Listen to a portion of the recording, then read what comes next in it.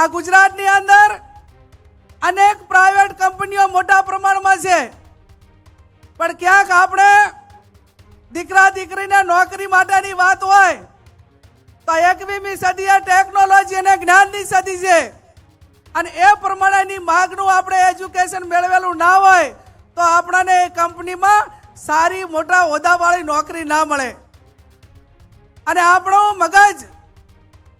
એ હવે સિક્યુરિટીમાંથી અને નાના નાના હજુ આજે પણ કોઈ નોકરી માટે આવે તો માગણી કરે કે મારા દીકરાને પટાવાળામાં ક્યાંક રાખજો, મારા દીકરાને સિક્યુરિટીમાં કોઈકને રાખજો. હવે આ પટ્ટાવાળાને સિક્યુરિટીમાંથી બહાર નીકળીને